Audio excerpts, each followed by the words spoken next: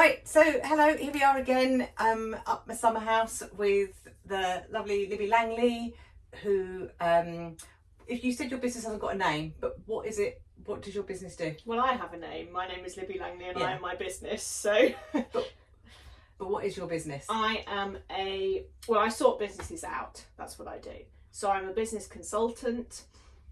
When the people reach the point in their business that they just don't know what to do anymore, and maybe they want to pivot, maybe they want to change, maybe they want to burn the whole thing down, maybe they want to just do everything differently, that's when I come in and support them with the change, with the infrastructure, with the profitability, with the happiness that they need. So yeah, I'm a business consultant, but I also host the Messy Business podcast, which is episode 199 comes out this week, so we're very close to a big milestone. And I'm the author of Life in Business, which is the Bible for anyone who's ADHD in business.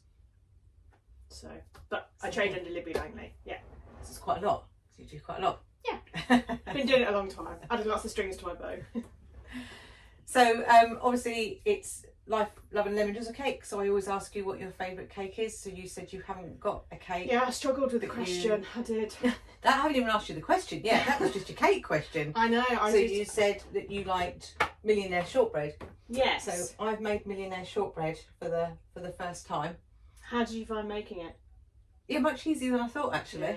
I used to make it when I was a kid, and maybe that's where it comes from. And I eat cake maybe like 3 times a year. It's just not something that we really eat. And but if we go out and maybe to a National Trust place and there is a cake, it's either a scone or it's millionaire's shortbread. Oh, there you go. Yeah, or caramel shortbread, which my mum used to call it when we used to make it. But it's got condensed milk, which is just utterly divine in it. Well, I hadn't, because I don't think, as I said before, I'm not a baker, so doing this, it's all been a bit. I keep saying I've never made this before, but I wouldn't have done because I'm not a baker.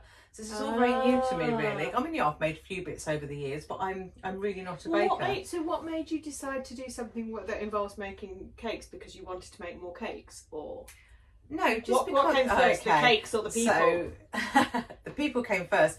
So originally it was going to be called Life, Love and Beyond or something, because I'm a celebrant, so it was all about, life and celebrations, and then obviously funerals. And then it was my son's partner who just said, oh, you should call it Life, Love and Lemon Drizzle cake. She said, because then you could make some lemon drizzle cake, and that's my favourite. And that was literally where it came from. And then because I've got this business guy in Chesterfield, they've got the business support people, so I go and see Adrian Williamson, who's like the business support person. Chamber? No, it's Dunstan Innovation Centre. It's under Chesterfield thingy. Right. And I said to him about doing this podcast when I first sort of had this idea, and he said, oh, you just need something to try and make it a little bit different, like a little bit sort of magazine. And he said the cake seems like a good idea, so it just sort of grew naturally as well. I suddenly thought, well, I could just ask each person each week what cake they like, and we can have a bit of cake, and then sometimes it can be rubbish and sometimes it might work, but it was just something else to do. Why not give myself more to do than exactly. And then there's someone like me who comes along and says, well, I'm not really bothered about cake. I know, and that's fine. A nice bowl of strawberries or cherries or something would have been ace. You could have said that, because I've done strawberries. We've had strawberries before. Oh, I thought I heard right. Yeah, okay, no. Didn't know that I could go off piste with it. Yeah. I'm sure it's utterly delicious, and that's not. I'm not questioning that in the slightest. So thank you very much. It's very nice, and I hope your husband enjoyed it. Yeah, I'm sure that he did. Okay, so I start by asking, silly question, just to sort of get things. So my silly question to you is, if you had £5,000, and you had to spend it within the hour, what would you spend it on? Well, blimey, I mean, I would have no trouble whatsoever in spending it. £5,000 within an hour. It would be travel related, probably. I don't know, a weekend, Christmas. I'd probably book for my husband and I to go away somewhere at Christmas. Maybe to the Forest Side in the Lake District where we've been before. Michelin star restaurant with rooms. We've spent Christmas there before, and we've spent a New Year there before, and it's really nice. Obviously it's quite pricey. So maybe something like that. Or I don't know, just something travel related probably. I'd I just book a few trips. I mean, I could book a few trips with that. Yeah. I could, because you know, we like road trips. That's what we really like to do. So, or maybe actually I would book the big Scandinavian theme park epic tour that we keep planning. we like to go. So we have 2 or 3 holidays a year, and plus weekends away and all that stuff. And we like to go to European theme parks, and it's led by me, but my husband enjoys them too. So we like to do road trips, and we like to go to theme parks. So yeah, there's a few to drive kind of through Germany and then up and into Scandinavia. There's a few that I'd like to tick off. So yeah, maybe I'd just do that. So do you really like the mad fast roller coasters? Are you a thrill seeker on the roller coasters? Yeah, I got one tattooed on my arm. Oh, okay. Yeah, I love it. I feel it's one of the few places that I kind of feel really free and feel really liberated, which I know is a bit of a weird thing to say, but it's not so much the thrill of it, actually, it's just the freedom of it that I really like. And I also like kind of little rides like the waltzers and stuff, because they're just hilarious. But a lot of the European theme parks, they're not like Alton Towers, where you just big ride. They are full on kind of immersive, beautiful forest like fairy tale experiences, and there aren't necessarily any massive rides, but it's the kind of escapism of it all. Yeah, I love it. We've been to quite a few, and we're going to another couple this year, and yeah, it's my worst nightmare. Really? Well, I used to, when I was younger, I used to like them, but now my head doesn't. I've never liked the waltzers. I've never liked the spinny ones, but I like a roller coaster. Yeah. But now my head doesn't tolerate it at all. So much so that when I went on Hex at Alton Towers, that blew my mind. Do you have a kind of inner ear thingy then? Yeah. Well, that's kind of different. And as far as I'm concerned, I've been to space, because I went in a simulator when we were in Disneyland Paris, and as far as I'm concerned, I've been to space because I was in that sodding rocket going on. That's absolutely hilarious. They really affect me. It's different. I think if you have something clinical like that impacts your balance and all of that, then it's a horrifying, terrifying experience. I don't have that, no. And so I'm just like, this is just absolutely brilliant. And I wish I did have it, because I did used to like roller coasters, and I do sort of get the buzz of dopamine. And there's one at, I mean, we've been on some really good ones in our time, but we went to a theme park called Plopsaland in just into Belgium, so it's only about 20 minutes, half an hour from Calais or something. In February we went there for our wedding anniversary, and they've got this ride there called the Ride to Happiness, and honestly, I don't know how many times we went on it, maybe like 6 or 7 during the day, and I swear it's just like the most joyful ride I've ever been on. And we were like, again, and even my husband, you know, and it's we both just absolutely love it. But it's the whole, like I said, it's the whole sort of immersive, something different. I don't like the Disneyfication of stuff. Like, I don't like the whole commercialization of stuff, and you can buy a t-shirt with this on and a hat with this on, and I don't like. But so I'm not a mega Disney fan at all, but I like the kind of escapism of them. Yeah. So yeah, there you go. That's great. Yeah. something along those lines. Yeah. So, or obviously, sorry, my sensible answer is I would immediately invest it. No, you're not allowed to invest it. You have to. You didn't say that. No, you have to spend it. You have to spend it in an art. I wouldn't invest it. I just wouldn't. No. I would do something. I'd do something whimsical with it. Yeah, which I think would be much more fun. Yeah. Okay, so what's your question to me? So, okay, my question to you is, and I deliberately didn't prepare anything because, I don't know, you can kind of like contrive your own ideas a bit by trying too hard. But my question to you would be, what is it about the patterned wallpaper that you like? Because we've just walked through your house, and there's various walls of patterned wallpaper. There's patterned wallpaper there on that little unit. You've got like, it's not wallpaper, I know, but on the ceiling in here. What is it specifically? Why does it horrify you? No, not the slightest. But they're bold. But they're bold. strange. No, they're really bold design statements in what is otherwise not an overly bold design statemented house. Okay. Right? Your house is reasonably ordinary to not it's not a mega design statement, No. right? Your house, no, because most of our houses aren't. But you've got these pockets, and I'm curious about where that comes from, or who that comes from, or what is being expressed through that, or satisfied through that isn't elsewhere. Good Lord, that's a very thingy question, isn't it? Why do I like pattern wallpaper? I don't know. But it's really bold pattern wallpaper as well. It's not just It is. a bit of a pattern, it's mega statement. It's not a case of trying to make any kind of statement. I just don't like bland, boring, plain colours. It's just not me. It's like, you know, with the clothes that I wear, I don't generally wear plain clothes either. Okay. But I don't really know why. It's just I'm not very, maybe my whole life is a little bit of a throw it up in the air and just see where it all lands. There's no real mythology to my life. There never has been. You know, we're very fly by the seat of our pants kind of people. So maybe I just don't want to be, maybe because I don't think I'm normal, so I don't act or dress or decorate my house normally. I thought it was quite interesting though, because it was like a little pocket in something else. It wasn't the whole room, it's just this little pocket.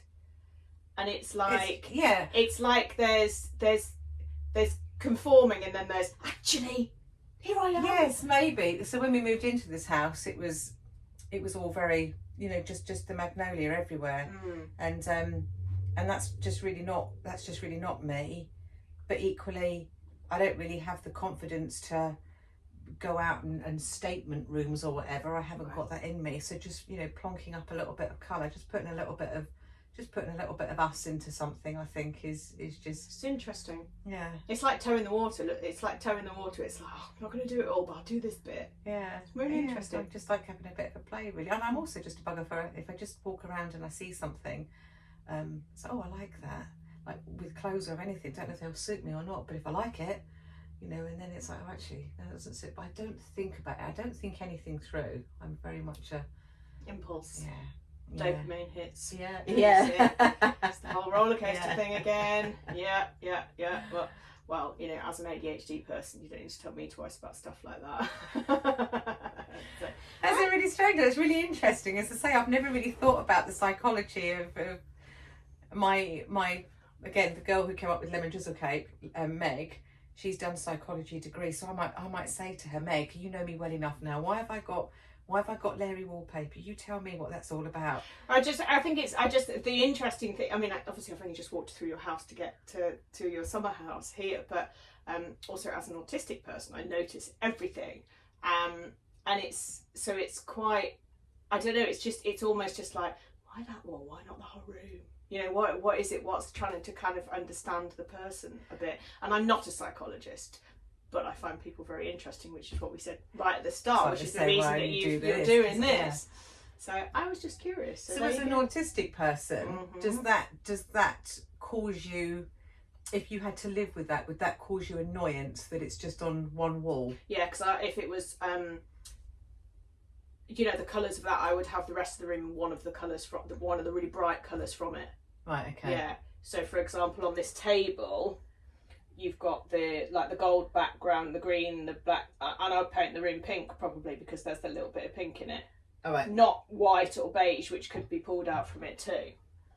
So I think that's a joy thing. That's a dopamine thing. But is that an autistic thing, or is that just you're very good at design? You're good at design. All of those things. Yes. See, I'm not. I'm not good at design at all. I mean, I don't know if I'm good at. I have a good eye. I have a good eye for stuff, and I know I I have the vision, as we call it in my house, and I love colour, and I love bright colour. You know, my kitchen is orange, my front door is orange, my bedroom is yellow. It's practically teal black, the lounge. You know, I like really positive colours, and I think that satisfies some emotion in me. So yeah, it's just, I don't know, it's just a curiosity. There is absolutely no wrong or right with any of this. It's just a curiosity, personality, isn't it? Yeah, it's just a real curiosity around, why have you done that wall and not the rest? And I love it. I absolutely love that you have, because I think expressing personalities is important. Yeah, I think we all live in a, you know, we see so much, don't we, on everything, like the whole, not to insult anybody, but you know, but like the whole social media thing, when you see these perfect houses and everything is grey everywhere with a, you know, again with a tiny bit of something in there, and I just sort of think, but that's it looks beautiful. I look at these houses and I think, oh my goodness, they just look stunning and they just look beautiful, but equally they're not different to anybody else. And whilst I don't want to be a out there look at me person, I'm also different to everybody else, so why would I want to sort of conform to the grey thing's interesting, because you know, for years it was you kind of had your cream carpet or your beige carpet, then everybody had grey, and now it's moving away again, and we've just had all the carpets, because we bought a renovation last year, and all our carpets they're like, they're brown basically, they're like kind of dark with mottles of other colours in, but we had grey in the last house and the house before that and the house before that. But the house before that was beige, but now it's gone. It's kind of gone full circle. So fashions do change as well, you know. And we are all influenced by that to a certain extent. Yeah, absolutely. Oh yeah. And as I say, and again, I think maybe it's a thing. I look at all these ones and they all look so beautiful, and I think I can't compete with that. So maybe I just go off and do my own thing, because it's like I don't want to compete and be. Everything is out of my head. You know, when I said about the front door, because we didn't know we were going to have a new front door, but turns out the front door didn't actually lock properly on the house that we bought, which was a bit. And the front doors are very expensive. But I was like, right, I want an orange one. And it's not as easy as you think to get an orange front door. Bet and it's not. Of course, it's more expensive. But they said that somebody said it's the only other orange front door, delivery driver, the only other orange front door they've seen in Chesterfield. I'm like, yes. And also the installers who did it, they said the only other bright coloured one they've done was pink. They absolutely hated it, but they didn't think one was too bad. I'm like, I'll take that. Guys. Yeah, take that as a win. So if I'm with my house, I don't care if you like it. It's really useful to be able to say it's the one with the orange front door. Because you know there's not going to be anybody else with a exactly. No, that's really good. Exactly. Yeah. Oh, so do you do house renovations as well then? Is that something, or you just did it? No, we've just moved a lot. No, the last two houses have been new builds actually. So no, we just bought a house that needed work. That was all. I call it a renovation, but we've lived in it from the start. We've done a lot of work to it. But I really like property. I'm interested in property and always have been. And the ways you can change, it's like, oh, why have you not knocked that wall down? How can you live without? If that wall was down, your flow would be so much better and all this. But this is what I mean about the vision. You see, I kind of see things differently. And when I'm looking at houses, the photos don't really mean anything to me. It's the floor plan, because that shows the space and how you can move between it. I don't care how it's decorated, because I'll probably change it all anyway. So so I work very differently, and I do think that's probably is an autistic thing as well. I mean, I do have an interior design qualification, because at one point I was going to do that, but it's like I'm trained as a driver, or part trained as a driving instructor, and all these things that the ADHD me wanted to do over the years. Oh, well, that's what my husband is. He's a driving instructor. You saw his I only did 2 of the 3 exams, but oh my god, this must be 30 years ago. It's a long time. I was really young, and I was just, it's going to be terrible money for a lot of hours. I'm not doing it. And I did 2 of the 3 exams and then just never changed my mind, gave up. So did something else. So you talk about something. So that my Monopoly board is because we've moved a lot. So that's all my houses. Whoa. That's all the places we've lived all over the place. So how many? 6, 5, 10, 15, 20. Yeah, I've lived in more places than you, but it's not bad, is it? Is that 21? Yeah. 22. 22. Yeah, I think I'm on 24, 25. Wow, I don't think I've ever met anybody that's beaten me. Well, when I was younger. I know. I've only included since I've been an adult. Since since me and Ray. Oh well, mine started when I left home at 19. Oh, okay. Yeah, right, no, it's child. My parents have lived in their house for over 50 years. Oh, yeah, same as my parents. Yeah. No, I've moved a lot. Once I left home, I was like, oh, I could just go here and here and here. Oh, actually, yes. I've done them since I met Ray, but if I've added the ones before I met Ray, then yeah, actually, I'll be over 25. Yeah, I moved a lot because I left home at 16. Yeah, it's young, isn't it? Yeah. I didn't leave school until I was nearly 19. Because when my birthday falls, but after doing my A levels, but yeah, moved a lot, and it's funny really because I don't think anything. A lot of them have owned as well. You know, there's very few in there that I actually rented, which I just think now I'm like, I don't know how I had the stamina for doing. I know it's what people say. So we bought and sold 15 times, and it's like, you know, that's just mad, isn't it? Because buying and selling is a stressful process. And I'm a stressful person. You know, I'm a person that gets stressed. So we've done it and then done it again and again and again. How long have you been here? 2 years. 2 years, and we have literally just been. We were yesterday afternoon. We were literally looking at properties. Do you stay in? Have you stayed in the same area? No, God, no. Well, so you're not from here, of course. So we've been like Kent, raised from Edinburgh. Yeah. So we met in London. Right. So we've lived in Buckinghamshire, Somerset, Wiltshire, Kent, Scotland, all over the place. Where would you go next then? I think we would, if we hadn't had Brexit, I think we'd be living in Crete now.